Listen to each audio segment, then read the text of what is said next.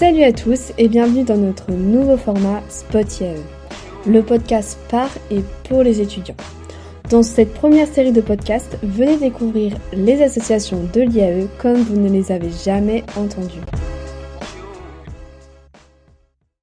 Bonjour à tous, aujourd'hui on est avec Alice, Sarah et Jen. Et on reçoit Éloquence. Bonjour. Salut. Merci d'être venue. Tout d'abord, on va vous laisser vous présenter ce que vous faites comme master, et après vous pouvez présenter votre association. Bonjour, moi je m'appelle Anthony De Brito, je suis en master masque et donc avec Agathe on a repris le projet Éloquence en janvier. Avant c'était Olivier et Maëva qui sont en MDP qui étaient les porteurs du projet et ils sont partis en Erasmus et du coup ils nous ont laissé les rênes du projet en janvier. Moi du coup c'est Agathe et je suis en master 1 MDP, du coup nouvelle repreneuse du projet avec Anthony. Ok, trop bien. Et du coup à l'Éloquence vous faites quoi exactement? C'est quoi votre projet? Alors du coup nous à l'Éloquence on est chargé donc d'organiser le concours d'éloquence donc de l'IAE Lille. On organise aussi le concours inter-IAE donc avec l'IAE de Rennes. Et après on fait des masterclass, donc c'est des rencontres entre les étudiants et des professionnels de l'art oratoire. Voilà, après aussi ça dépend des années, donc du coup comme chacun a, ceux qui intègrent les assos ont leurs centres d'intérêt qui sont différents, donc du coup on voit un peu avec eux ce qui les intéresse et du coup on crée aussi des événements par rapport à ça. Par exemple, là on va pas trop vous en dire, mais on prévoit un petit after work au mois de mars, du coup en fonction de ce qui intéresse les gens. Et pareil en début d'année on voulait faire, on avait Mehdi qui était intéressé par le rap, on voulait faire, au final on l'a pas fait parce que c'était un peu compliqué à organiser, on voulait faire un événement par rapport au rap. Du coup ça dépend vraiment des centres d'intérêt de chacun et on essaie de s'adapter pour faire des événements en fonction. Alors justement, comment ça se passe un petit peu la répartition des tâches au sein de l'association? Qui fait quoi? Est-ce qu'il y a des pôles? Comment ça s'organise?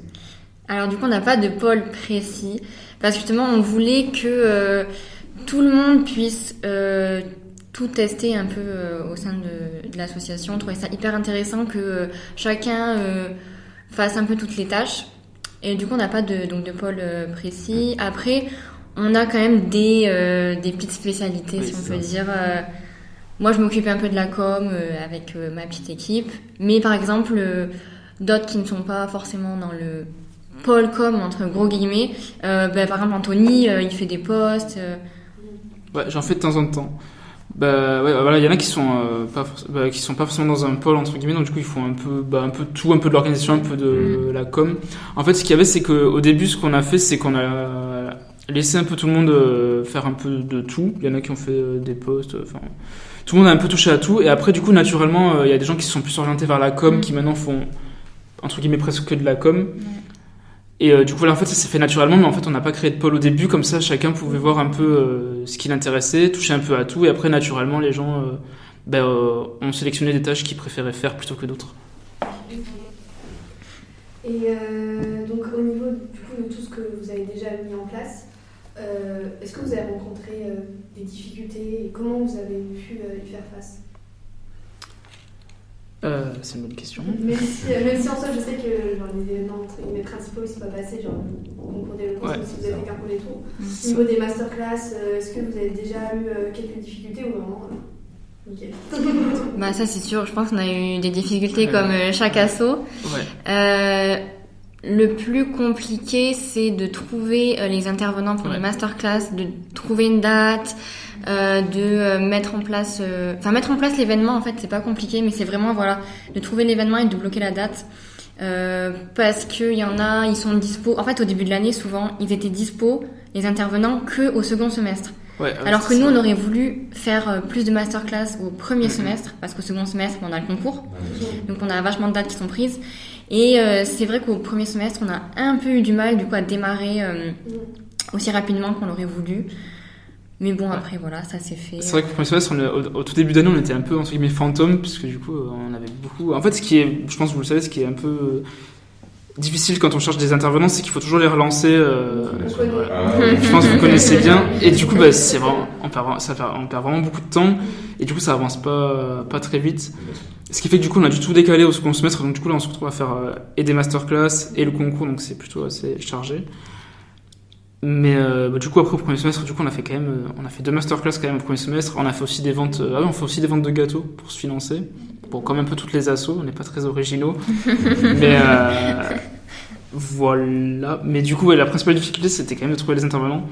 Des fois, on est un peu en sueur, on se dit, parce que du coup, comme ils répondent pas tout le temps, on se dit est-ce qu'ils vont venir ou est-ce qu'ils vont nous mettre un lapin. Bon, c'est toujours bien passé, on espère jamais en avoir de problèmes comme ça, mais ouais, c'est quand même la principale difficulté. Après aussi, pareil, on cherche aussi des lots pour la finale, et c'est vrai que c'est un peu compliqué aussi de démarcher les commerçants. Donc Saïd, vous nous avez pris tous nos lots. Ouais, Saïd, ils ont tout pris. Saïd, c'est des rapaces, ils nous ont tout pris. Donc, du coup, on n'a plus rien pour nous. Et voilà, mais bon, après, ouais, c'est surtout pour les intervenants. Sinon, après, sur l'organisation, après, ça se fait assez naturellement, surtout que c'est pas la première année où on l'organise, donc du coup, on se base un peu sur les erreurs qu'il y a eu les autres années, on essaie de pas les faire, et sur la manière dont ils organisaient les autres années, donc du coup, sur l'organisation en tant que telle, c'est pas là où on a le plus de difficultés. Ouais, c'est vrai qu'on avait vraiment les mêmes problèmes avec les intervenants. Ouais. Il faut relancer les gens 50 fois. Tu sais que du coup, tu as l'impression que tu bosses énormément en amont et qu'il n'y a rien de vraiment visible alors qu'en fait, tu donnes tout. Ouais. Et le temps que ça se mette en place, les gens ne voient pas forcément ce qui se passe. Du coup, si, on comprend. Voilà. La surprise, c'était très bien. Moi, j'en ai fait 2. C'était Il y en a une lundi, vous êtes inscrits ? Non, pas encore. Et du coup, en tant que porteur, vous diriez que c'est quoi les qualités qui sont nécessaires pour ce projet? C'est quoi qui est hyper important chez les gens quand ils rejoignent votre association? même en tant que membre, pas que porteur, vraiment les qualités. Même si je pense que c'est pas vous du coup qui avez fait les entretiens. Voilà. On était là quand même aux entretiens. Qu'est-ce qu'il a comme qualité, qu'est-ce qui ressort quoi? Alors vraiment, on n'avait aucun critère. On a fait au feeling. Vraiment, c'était un peu ça. Ouais, les gens qu'on sentait avec qui on a eu une affinité dès le début. Parce qu'en fait, on voulait vraiment une équipe soudée, une équipe où on s'entend bien. Et après, peu importe les qualités. Ouais. Juste un critère qu'on avait, c'était on voulait quand même que les gens aient un peu l'esprit d'équipe, parce que ça sert à rien de bosser dans son coin, surtout quand on est sur un projet où on organise des événements, du coup il faut quand même qu'il y ait de la coordination. Du coup on voulait absolument des gens qui savent travailler en équipe et qui travaillent pas dans leur coin. Donc ça on avait quand même ce critère là. Après oui, c'était au feeling, et même par exemple pour nous quand parce qu'on en avait parlé entre nous quand on a intégré l'association en début d'année, du coup c'était Olivier et Maëva les présidents, et nous on avait aussi intégré l'asso parce que pour le feeling qu'on avait eu avec les présidents. Et voilà, et donc ouais, donc c'est beaucoup une histoire de feeling. Après ce qu'on aime bien aussi, c'est quand les étudiants ont des idées, des intérêts, par exemple ceux qui aiment par exemple le rap, d'autres qui aiment le théâtre, certains qui aiment des thèmes qui sont liés avec l'éloquence. C'est toujours bien parce que comme ça les motive ça les motive dans l'association, et puis ça permet aussi d'organiser des événements qui leur plaisent, donc du coup c'est quand même bien. On nous avait beaucoup demandé est-ce que faut aimer l'éloquence, est-ce que faut être éloquent. Ah oui, déjà, du coup ça non, ouais, parce que du coup pas du tout, parce que comme c'est nous qui organisons les événements, du coup on participe pas au concours puisqu'on fait les sujets, donc du coup non, il y a pas besoin d'être éloquent, puis même on est là aussi pour apprendre, on assiste au masterclass, donc du coup nous aussi forcément on relève aussi les petits tips, donc on est là aussi pour apprendre, et on n'a pas besoin d'être éloquent. Par contre ce qu'il faut quand même, c'est quand même être intéressé par l'éloquence. Ça sert à rien de nous joindre juste pour faire la com sans être intéressé par l'éloquence en général. Il faut quand même avoir envie d'apprendre sur le sujet, mais surtout d'être curieux aussi quand même. Alors on sait que les gros événements arrivent pour vous, c'est pas encore passé, mais est-ce que déjà vous avez un moment un peu préféré pour cette année, un moment que vous avez vraiment apprécié? Il y en a eu plusieurs. Je pense que déjà la première masterclass, moi j'ai vraiment adoré. Ah ouais. C'est vraiment là c'est le projet qui se concrétise la première fois qu'on le voit. Et après le premier tour, les candidats étaient tellement bons, moi j'ai vraiment adoré. Ouais. C'est vraiment super. En plus de la première masterclass, je reviens sur ce qu'a dit Agathe, on avait tellement galéré à trouver des intervenants, on avait tellement tout décalé que de voir enfin la première masterclass, c'est vrai que c'était vraiment, en plus elle était vraiment bien cette masterclass. Moi, je dirais, c'est quand on a démarré la semaine dernière le concours avec le premier tour, voir enfin l'événement principal sur lequel on bosse depuis le début, le voir enfin commencer, franchement, c'est... en plus, on était vraiment surpris par le niveau des candidats, on s'attendait pas à ce que les gens soient aussi bons. Du coup, moi, personnellement, c'était mon événement préféré pour l'instant. Bon, je pense que du coup, au final, ça sera la finale, notre événement préféré, parce que c'est notre gros événement. On sera tous là pour voir ça. Yes. On espère. Mais ouais, du coup, moi, c'était mon événement préféré, le premier tour. Et du coup, au-delà de ça, ce sera plutôt pour le après. Comment vous allez réussir un peu à mettre en avant ce projet, par exemple, dans des entretiens de professionnels? Genre, comment vous allez le présenter, quel élément vous allez mettre en avant? Qu'est-ce que ça vous a apporté? Alors, je pense qu'un truc très important, déjà, c'est le fait de réussir à faire aboutir un projet, de le suivre sur une année quasiment complète. Ça, déjà, c'est un super bon point. Le fait d'arriver à gérer une équipe, parce que, mine de rien, arriver à gérer 8-10 personnes, quand on l'a jamais fait, on se rend pas compte, c'est super difficile. Savoir comment communiquer, etc. Donc ça, je pense, c'est vraiment des choses à mettre en avant. Ouais, je suis d'accord avec Agathe. Pour ceux qui bossent sur la com dans le projet, c'est toujours valorisé d'avoir... Ça dépend des métiers, mais c'est toujours valorisé d'avoir des compétences en com. Après aussi, je sais que les entreprises, elles aiment bien tout ce qui est projet tutoré. C'est plutôt valorisé, donc quel que soit le projet, quel que soit l'asso, c'est toujours valorisé d'en parler. Oui, voilà, plutôt t'es bien placé pour savoir tout ce qui est management de projet. Les entreprises, elles aiment bien quand on organise des événements, qu'on les mène de A à Z, donc rien que ça, en tant que tel, c'est valorisé.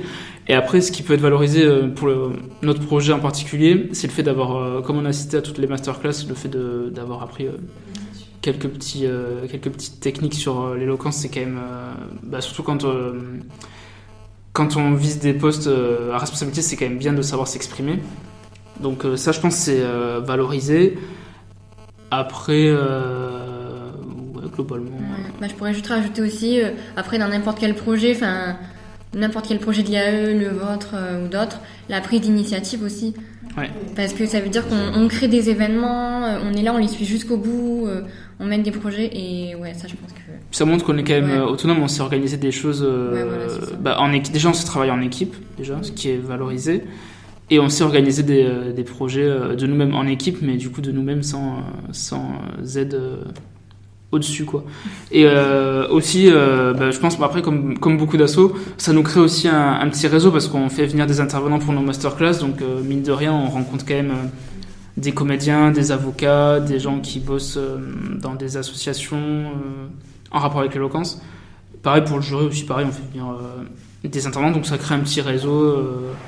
Même si c'est un domaine spécifique, on rencontre quand même des gens, on échange, et ça nous fait aussi découvrir de nouveaux domaines. Par exemple, lundi, on a une masterclass avec des avocats, ça nous fait découvrir le droit. C'est pas forcément quelque chose, c'est pas forcément nos métiers de prédilection. Donc du coup, ça nous fait découvrir d'autres domaines. Donc la curiosité aussi, on peut valoriser. Ouais. C'est vrai que ça permet de découvrir des secteurs qu'on n'avait pas forcément pensé avant. Enfin, c'est une grande ouverture d'esprit, je pense. Mais ça, en assistant à nos propres événements, du coup... C'est ça, pour participer, c'est trop bien. Alors, pour chaque podcast, on a une question une question phare, c'est le mot de la fin. En fait, on va vous demander en 30 secondes, 1 minute, prenez le temps quand même, réfléchir un peu à ça, un slogan pour les futurs étudiants qui souhaiteraient rejoindre Eloquence. Qui s'interrogent peut-être d'ici quelques mois, est-ce que je rejoins Eloquence, est-ce que ça m'intéresse, qu'est-ce qu'il faut pour rejoindre Eloquence, qu'est-ce qu'il faut, et tout simplement présenter le projet finalement. Si vous êtes curieux, que vous avez envie de découvrir de nouveaux domaines, que vous avez envie de gagner en savoir-faire, de mieux vous exprimer, et que vous êtes intéressé par des domaines liés à l'éloquence, par exemple, que ce soit juste l'art oratoire, ou le théâtre, ou la musique, ou même le droit. Si un de ces domaines vous intéresse, je pense que vous êtes à votre place. Et si vous avez envie de développer des événements liés à ces domaines, n'hésitez pas à rejoindre notre projet, surtout si vous êtes, comme je vous disais, si vous êtes curieux, que vous aimez un peu toucher à tout, que vous aimez organiser des gros événements comme notre concours, cette asso est faite pour vous. Et bah super. Je sais pas si t'as autre chose à ajouter, Agathe? Non, c'était très bien. Je voudrais juste ajouter un dernier petit truc. En plus, on a des L3 qui sont super cette année. Ouais. Donc, s'ils reprennent le projet l'année prochaine, on aura des super repreneurs de projet. Ouais. Voilà, Et les pour une porteurs de super projet équipe. seront top. Franchement, non, franchement, ils sont top. On est vraiment content de nos recrutements cette année. Franchement, on pouvait pas rêver mieux. Et par contre, surtout, rejoignez notre projet aussi parce que franchement, Éloquence, c'est vraiment une masterclass. Attendez avant de partir et restez pour l'instant promo de l'association. Du coup, nos prochains événements, on a le 2e tour qui arrive le 14 février. La finale du concours le 8 mars. Entre-temps, on fait régulièrement des ventes de gâteaux le lundi, donc n'hésitez pas à checker sous la tonnelle, on sera peut-être là. Et peut-être une surprise aussi en mars qu'on vous prépare, après la finale normalement. Et voilà pour nos prochains événements. Donc n'hésitez pas à venir nombreux dans le public, on a des amphis pour le 2e tour et pour la finale, donc il y a de la place. Pour le 14 février, vous pouvez venir avec votre crush si vous voulez, n'hésitez pas. En plus, il y aura, je pense, que des célibataires dans le public, donc ça peut être un petit moyen d'aborder les gens. Je dis ça, je dis rien. Et voilà. Merci beaucoup. Merci à vous.